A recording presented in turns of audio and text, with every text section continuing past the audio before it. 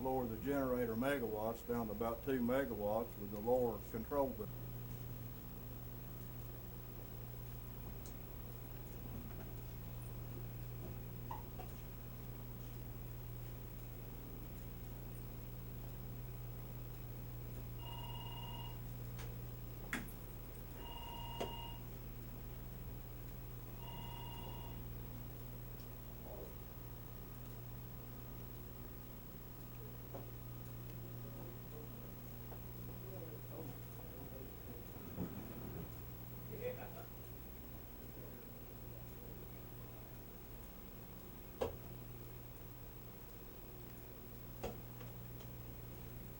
Whenever we get down to 2 meg on 8 generators, we'll use our field rheostat and our exciter rheostat to try to keep our bus voltage up as we're coming down.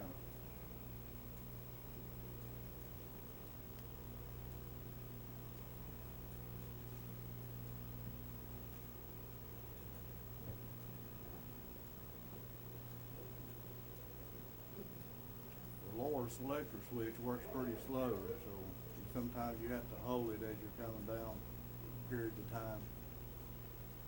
Just watch your megawatts.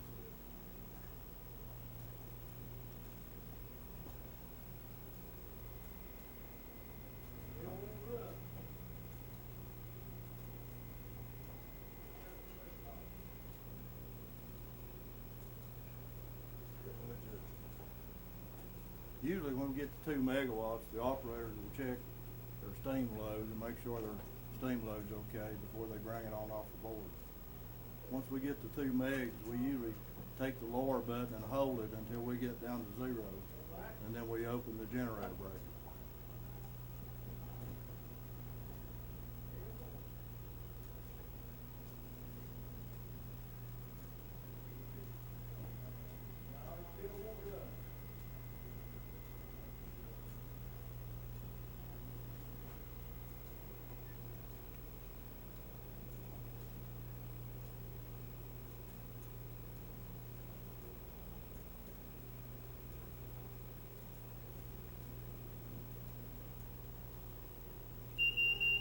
Once the generator is off the board,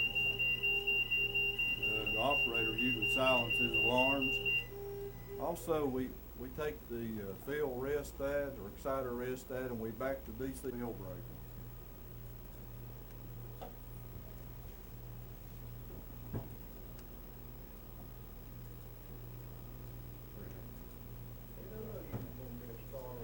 And the last thing we do is open our field breaker. 8 generator turbine is off. Then we go over to the HMI panel and we hit the ESD red button on the right hand side at the bottom.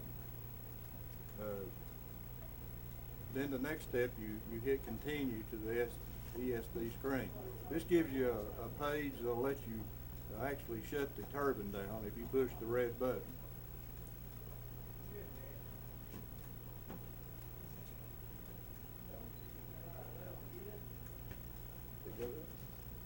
I think you have to hold it.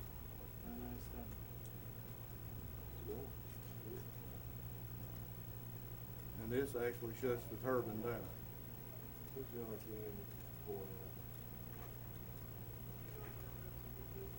That's showing it going down.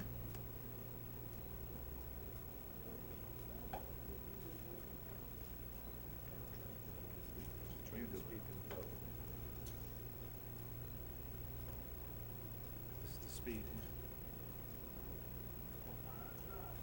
This is actually a graph that shows the speed of the turbine as it's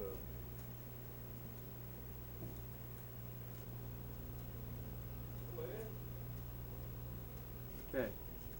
Action. Ready? Okay.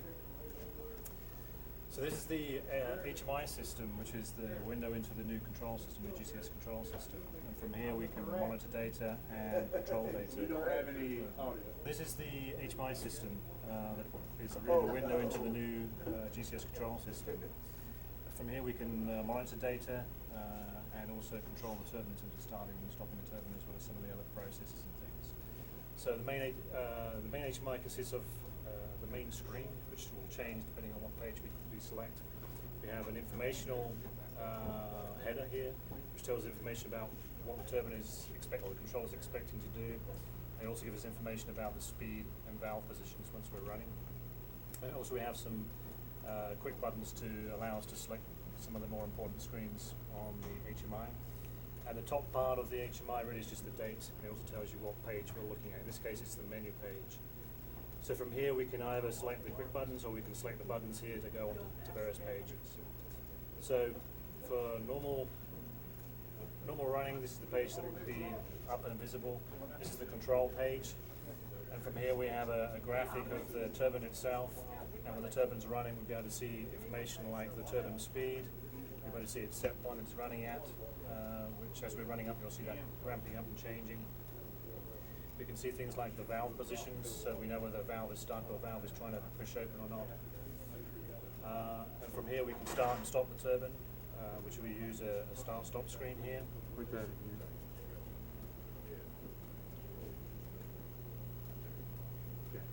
Okay.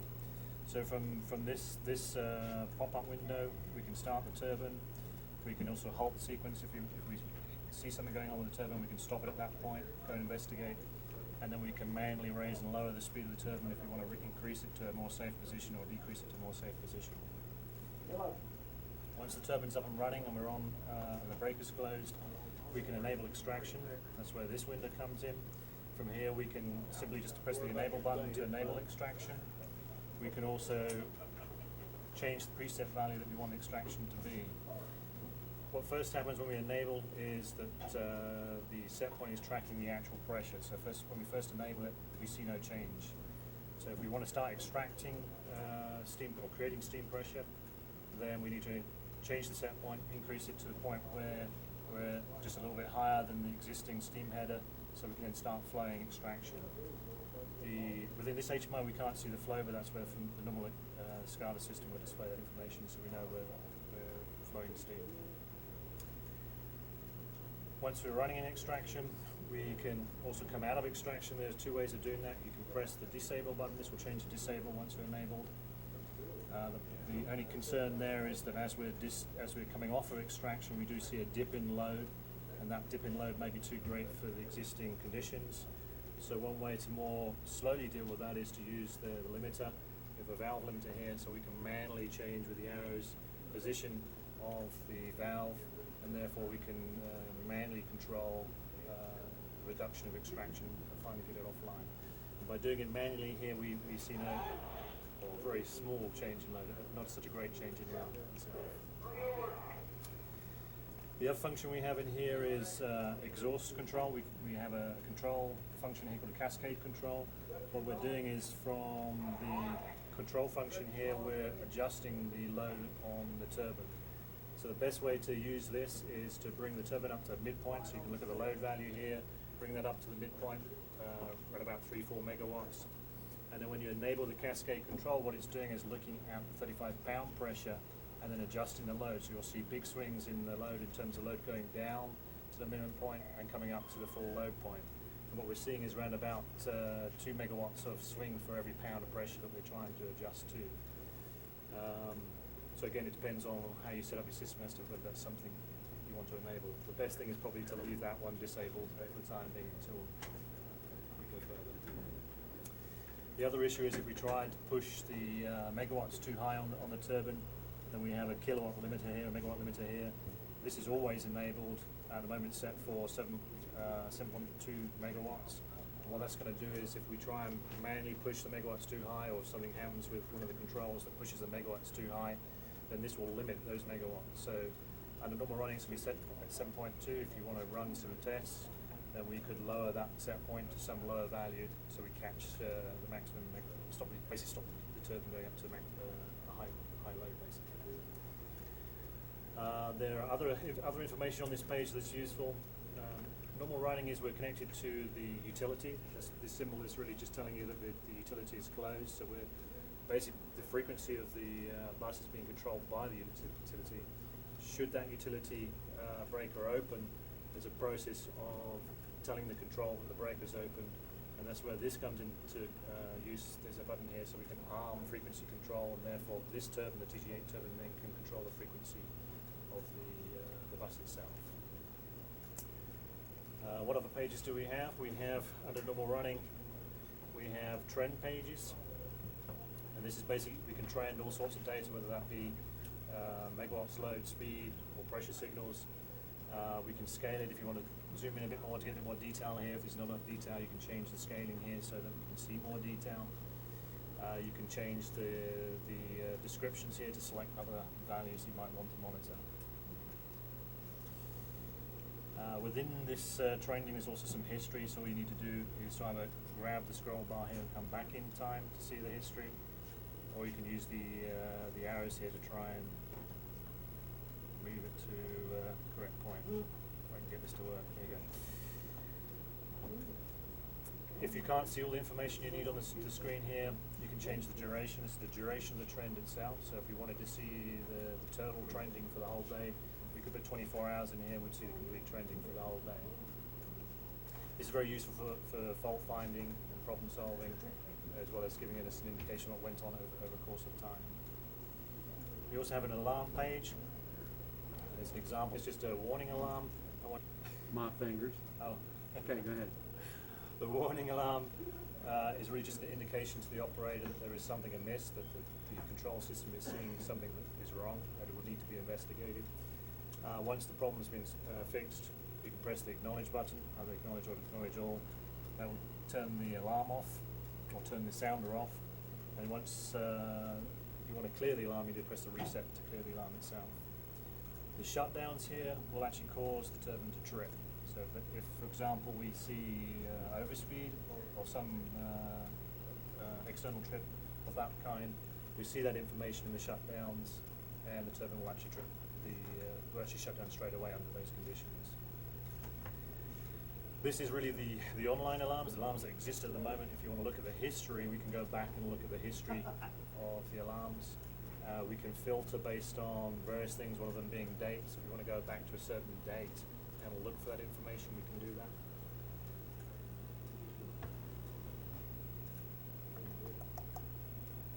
And I guess that's it. There's one other thing. If we go back to the home page, we have a gauges page. So from here, we can look at the various oil pressures and temperatures as part of your reporting system that you have. I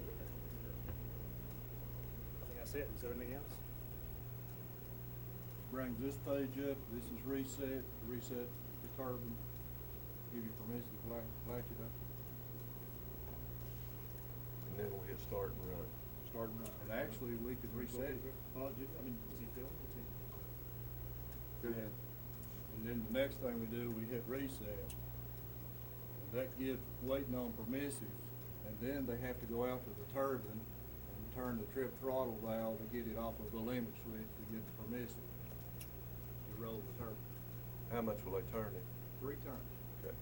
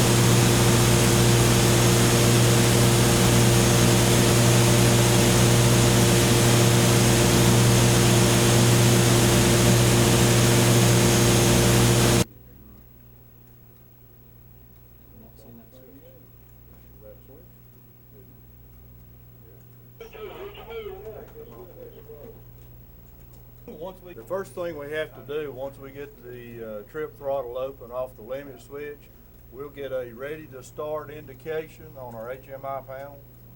Once we have that, we can hit the stop button, and it gives us some options here. One of the options is automatic sequence start, and that's usually what we'll use. So we'll click it, push the button on automatic start sequence, Hold it. and then hit start run, and it'll move to 600 RPMs. Where's start run? Start run. Okay. This is a speed reference. This is actually the speed that the turbine is going to be turning here in a few minutes. It'll take it to 600 RPMs and stay there for 30 minutes before it actually moves up to the 3600 mark. If you want to stop it, if you have a problem, you can either halt and stop it where it's at in the RPMs, or you can abort and shut down from this page.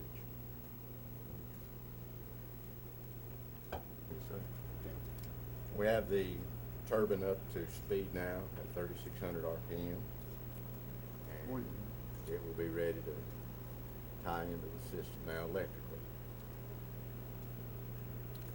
Okay, the first item we'll do will be putting the field breaker in service. Now I'm gonna raise the exciter. We will raise our Bring up the DC. exciter and bring up the field voltage, DC field voltage. Not full voltage. It's the DC voltage.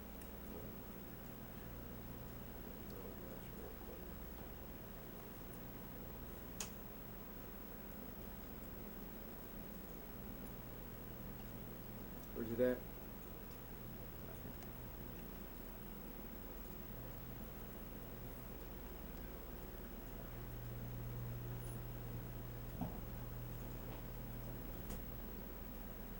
You'll notice the generator voltage will closely follow the tie voltage.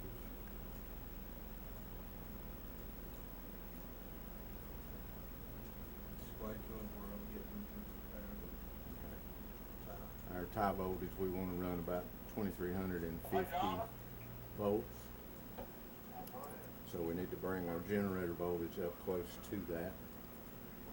We don't want to go past it, but get it close to it.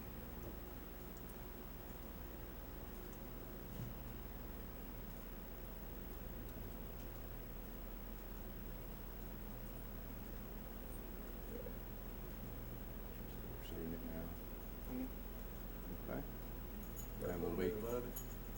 got it just a little above it there. We want this one just a little above it so we can tie in. Okay, we're going to put in our synchronization key.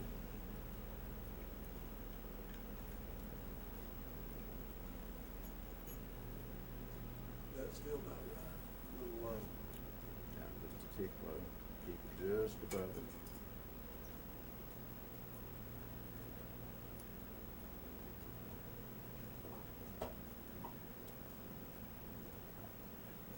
There you go. Above it. Now, as we turn the key, you notice our synchro scope up here. We'll try to get just a speed control. The synchro scope will be start circling. Spin clockwise, go at least one full turn. And as we went past one full turn here, as we come back around just before we reach the 12 o'clock, and we'll tie it into the system here. We'll begin to raise our megawatt load up to about 1.5 to 2 megawatts.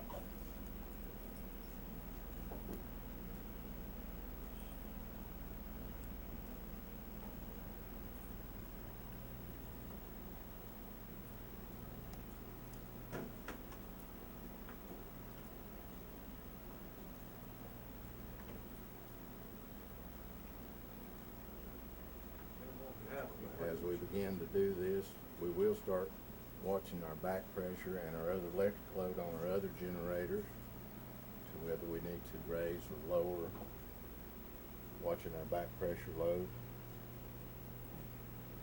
135 and 35 pound steam.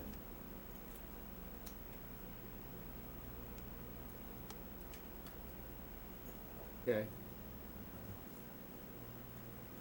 Then what can happen, you don't put that in at 12 o'clock. Don't go in out of Oh. sinkers. You said that. Yeah, I did. Full turn to go in at 12 o'clock. Yeah, I did.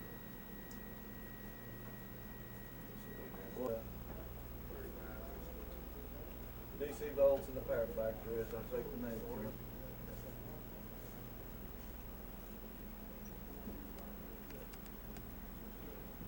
Whenever we raise the generator megawatts or lower them, we have a power factor indicator, and we tried to run it somewhere between a 8 and a 9.4. This controls your bus voltage off your generator, which controls your bus voltage. If our bus voltage gets too low, we can trip things out in the mill, so this is actually what controls that. Usually we'll raise a meg on up on our generator, and we'll adjust this to where we need it, and we'll go up another meg and adjust it.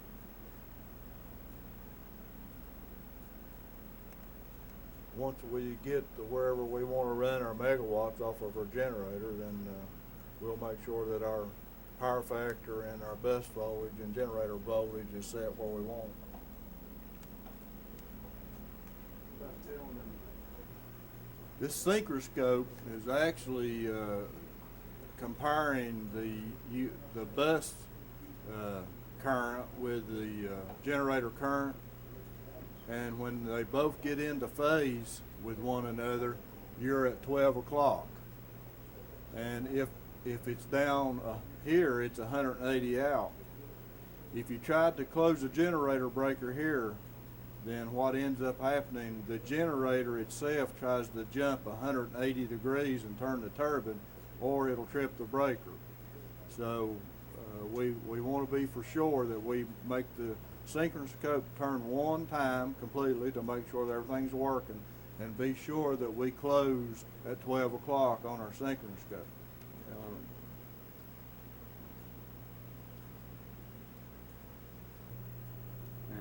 Okay. On this home page, whenever we get the generator on, and this generator, we can change the 35 and 135 that's leaving the generator, and we do that with V2, and we can actually click on V2, and it'll bring up the V2 limiter. We can manually, this is what the older guys call the screw that we used to turn on out on the generator, and now this is taking the place of the screw. So they can actually raise or lower the limiter on the V2 to actually get the 35 or 135 pound steam that they want. Now the operator will make that determination of what he needs, and he can use this. This is one way of doing it. There's also another way that you can go put the set point in. You have a set point here. You look here, it says disable. Whenever it's disabled, then if you put the set point in, it will not follow it. But if you put a set point in and enable it, it will try to follow that set point. But we have to wait and see what the steam load is to make a determination where we want to set that. Put it on back to 2, like we had it originally. Lower it here? Yeah. Okay. We're going to lower this to 2 slow.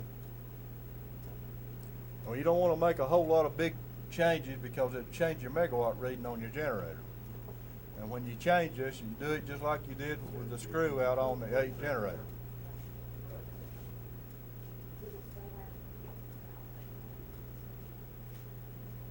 Steve, you want this at 2? Yeah, that'll put us a little bit back in the 135. How far down do you want it? Bring it back, that'd be on 2, back down. I'm watching my bag. Okay, it's fine.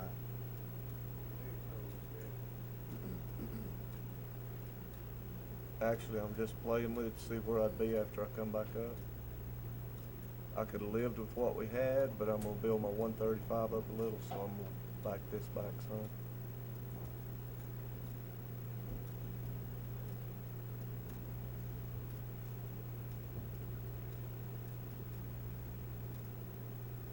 It's not bothering it much at all now, is it? Once you get it set where you want it, you want to get off of this page, you just hit close. And then you're back. And if you look here, it's now in control. So it's actually controlling your steam pressure. The preset is 132, and it will try to keep it at 132. You can't change your preset by clicking on it. And here, we don't.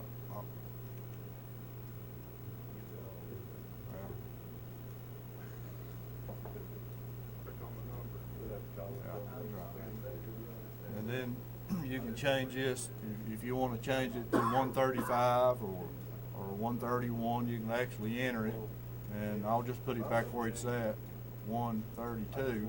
Once you enter this, you have to hit the check mark at the bottom, and then it'll give you an option here when you hit it what to do, and you want to go to that. And once you hit go, it's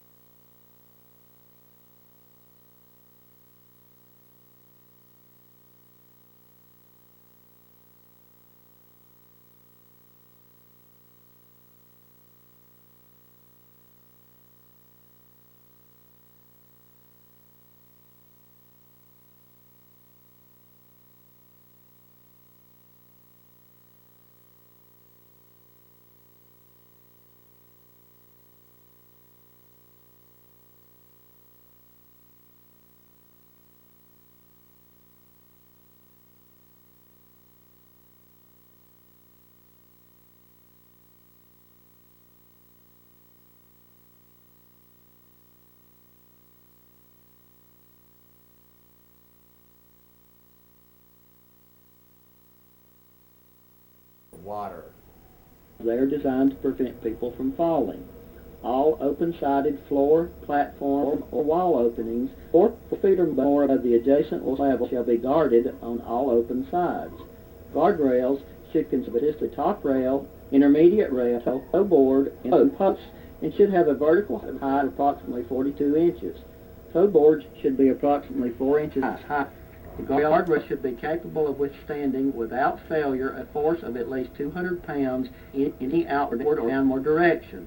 If the guardrail cannot meet this criteria, then further steps must be used to protect personnel on the platform as well as some personnel working below. Take a look at this slide. What do all these people have in common?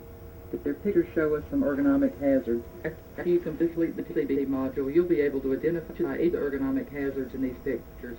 Chances are you may be able to suggest ways to reduce or remove the hazard. So let's get started.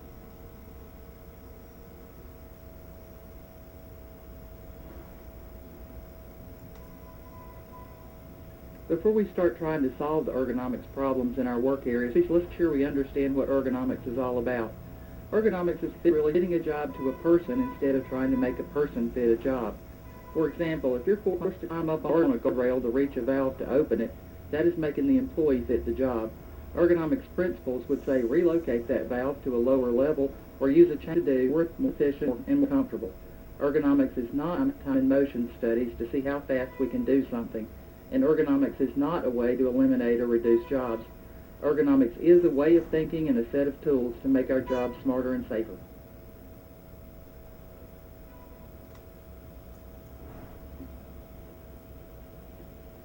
Why do we care about ergonomics? What kinds of problems do ergonomic risk factors lead to? You may have heard the term musculoskeletal disorders or MSD. You may have heard health problems called overuse syndrome or just repetitive motion injuries. MSD can occur when the person doing the work and the workstation or conditions just don't match. For example, I tried sitting in a chair in an elementary school recently. True or false? To reduce ergonomic risk, you have to totally eliminate the risk factor.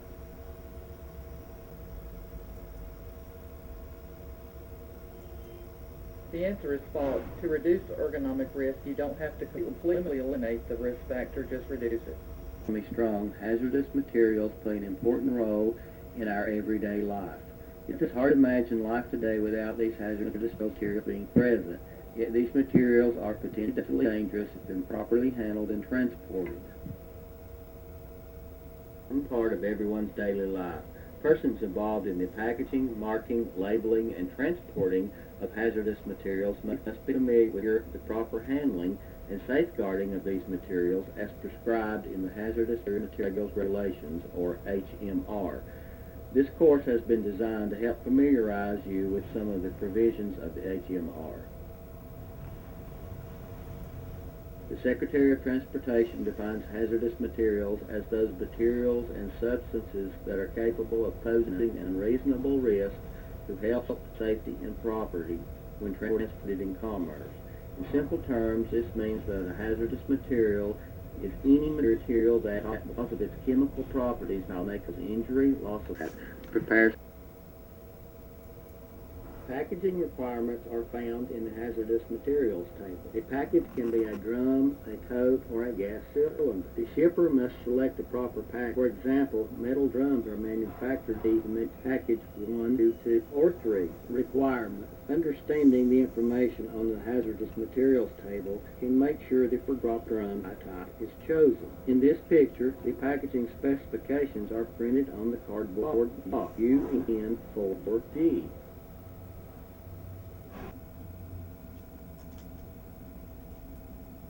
We use both railcar and highway carriers to ship and receive hazardous materials. The hazmat carriers themselves have specific requirements they must meet to comply with the hazardous materials regulations. Function-specific training is intended to teach the necessary knowledge, skills, and abilities for an individual's job function. For instance, loading, unloading, inspecting tank cars or trucks, or preparing shipping papers. Safety training provides information concerning the hazards posed by materials in the workplace and personal protection measures.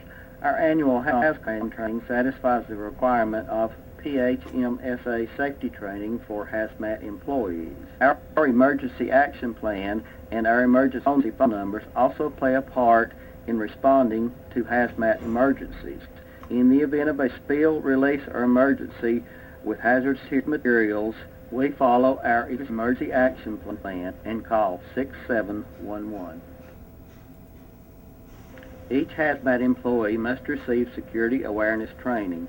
This training must include an awareness of security risks associated with hazardous materials transportation and methods designed to enhance transportation security.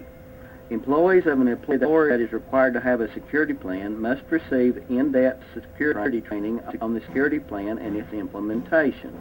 The Hazardous Materials Transportation Security Plan is available on our intranet. It includes measures for preventing unauthorized entry to the site and security measures for loading and unloading trucks and rail cars. A new employee or an employee who changes job function must receive initial and/or job-specific training. Think of it as an inner gas in the process that at this point it does some work in helping remove the condensate, helping remove non-condensables, remove air, that kind of stuff from inside the dryer, but it does not directly contribute to the drying process. Okay, so you want some to help remove the condensate, but if you get too much, all you're doing is throwing away your money. All you're doing is throwing away energy. Just Really, blowing what? straight to the dryer pan.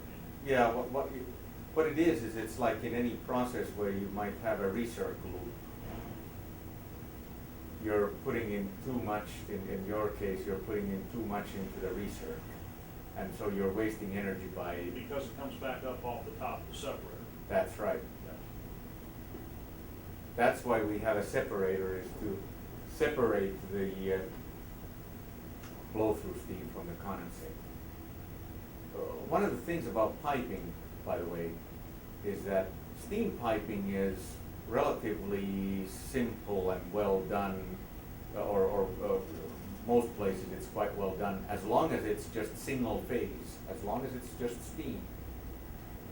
Same thing with condensate, as long as it's just water, as long as there's no flashing, as long as there's nothing like that going on. When it's single phase, it's relatively simple. When you've got this two-phase flow, where you've got both steam and condensate, and it's changing, because it's that boiling, it's boiling in the piping. Now that's challenging.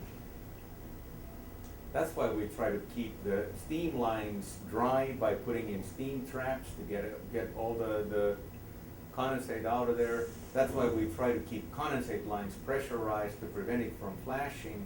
And that's why in a case like this, where the process depends on having a two-phase flow coming out of the dryers, we want to have as short a line as possible into the separator and separate those two. And then we can deal with them again. Does that make sense? You're actually entraining condensate with the steam. It's blowing through. So you have the possibility of that saturated steam cooling off in the mixture, flash. We'll keep that non-existent, at least to a moment.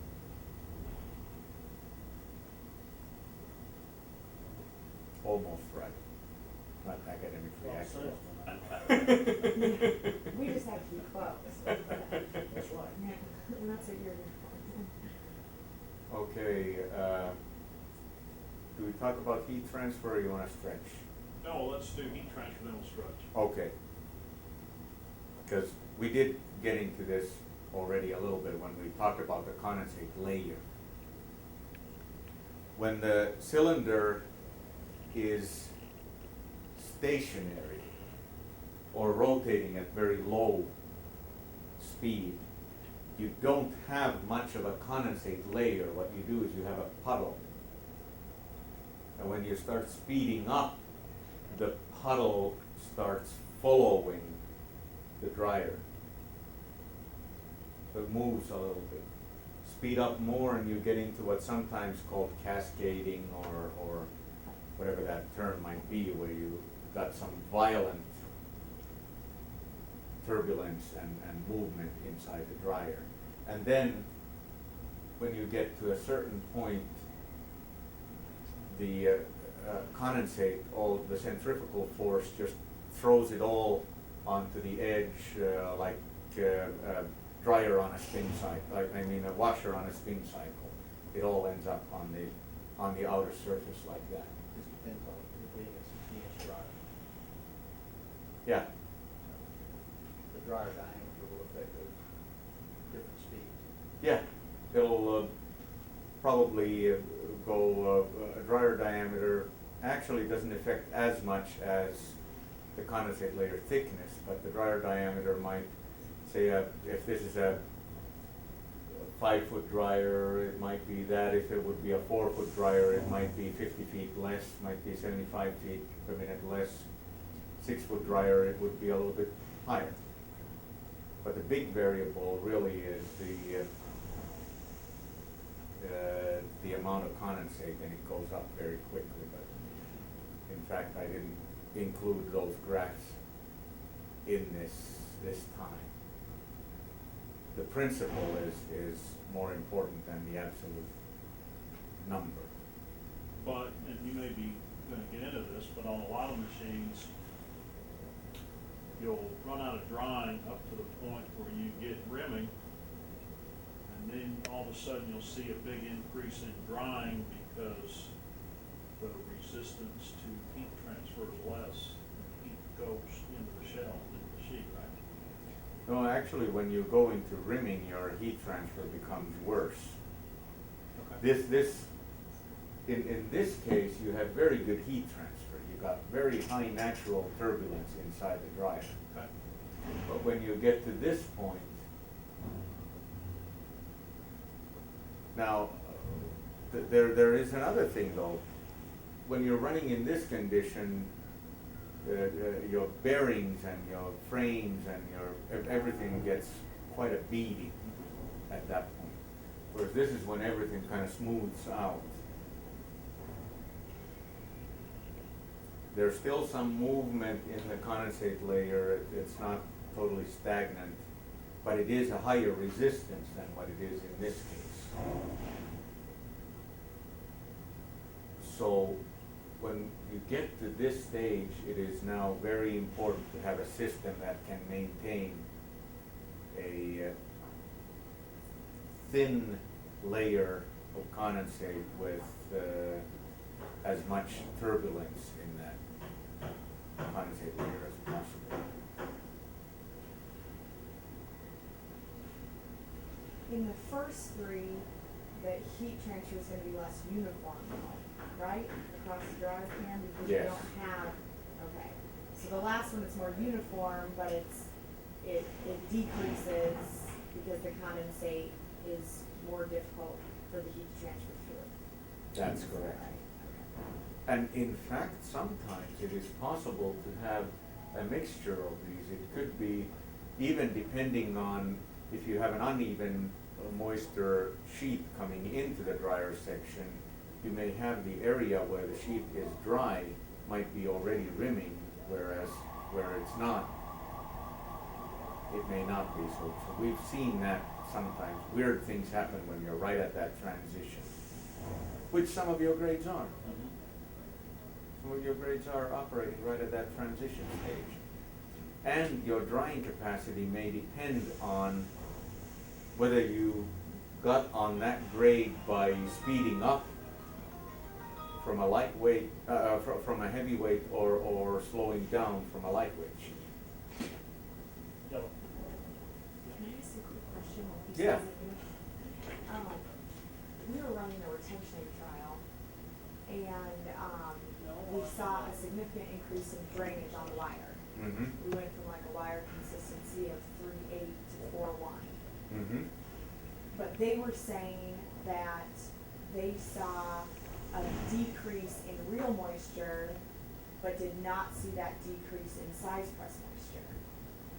And I was trying to understand, you've got less water in your sheet coming off your wire into your press section, but that didn't seem to translate through the first 5, 1 through 5 of the dryer section.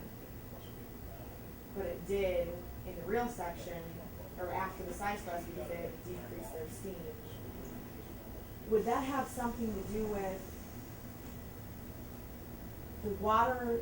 Because I wanted the steam demand to decrease in the driver section so that they could speed up. Because, they were maxed out on steam. But does that just have to do with the water that's left now coming out of the press section is like much more difficult to remove? And so like they were already like dry, bone dry or something like that, coming out of the press section before we improved drainage on the table. So now they're still bone dry, so they're not able to remove any more water in the pre-size press in the dryer section. Or does any of that make sense of what I was just saying? To an extent, but I think what we've seen happen in cases like that is it's really not it's bone dry entering the size press is where the sheet is bone dry. Right. When it's something like 1.2% moisture or something like that these folks like to run. Right. The So it's like they the- can't get any better than that? Is that, well, the scanner is not very accurate when you get down to that point. okay, And the sheet temperature rises, and they may not be able to tell whether it's 1.1 or 1.3, but it just kind of stays at that 1.2 range or something like that. right, If the sheet moisture into the size press was a little higher, like 2%, we'd be probably able to see more of a difference. However, that little change in dryness going into the size press will affect the pickup. right, You know, you've got dry sponge, wet sponge yeah, syndrome. And when you get the sponge really, really dry, it's gonna pick up less. So now it's gonna dry easier in that after okay, section. okay.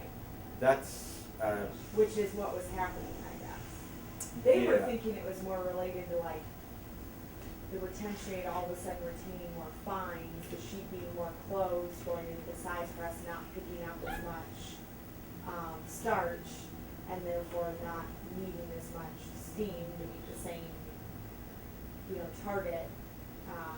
And that's why the real moisture, decreased. But that would maybe happen for a small period of time, but wouldn't be sustained once it reached some sort of equilibrium, I guess. And really, they weren't adding any filler or anything, so there shouldn't have been a high level of filler/fines to go into the sheet to cause that. So what you were saying really makes more sense to me as to what was probably happening. Does it not take more, is it not harder to dry when it starts filling up and closing up? Rather than easier to dry once it starts closing up? Well, it depends, but when the sheet is, when it is a real closed sheet, yes, that does affect drying, and it could be that too, it could be that there's 2 or 3 things happening at the same time. yeah, So, certainly, if you're retaining more fines, it might have an effect. Did they see any picking increase on the first few dryers? I don't think so. I mean, they didn't. Or did they report pay anything. attention to that? Yeah, they probably didn't pay attention.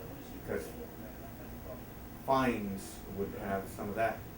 I don't think there's a high level fines. I mean, that part of it didn't exactly make sense to me. If they had been adding filler and then, said that phenomenon, then I may wonder. Anyways, I was just curious, while we were talking about drying, it sort of triggered that thought, because I had just seen that recently happen on the machine, and I was trying to figure out how we could make use of that additional drainage, but we can't do that unless we can cut back on the steam in the dryer section in order to be able to speed up. One interesting thing in a case like that, especially where it's so dry, would be to be measuring the sheet temperature right after the last dryer in the main section, before going Yes. into the size press, Yeah. to see if the sheet Exactly. temperature goes up, Yeah, it means that it's usually drier. okay, but you maybe just can't pick that up because it's not that sensitive. It may not, at least that's what I've been told, and I'm not an expert in those, but Okay. that's what I've been told.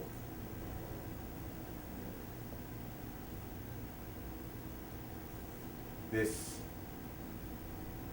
is the last little bit about the heat transfer that we just talked about, the different variables, the condensate layer, the rust inside the dryer, the shell, the dirt and air on the outside, and the paper. And of course, what's missing here is the felt, which helps maintain this contact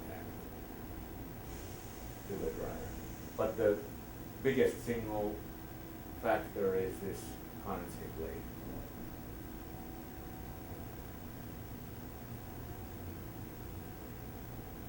this would be a good, Yeah.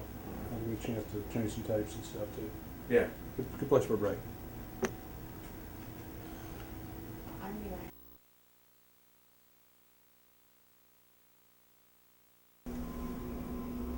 Mm-hmm.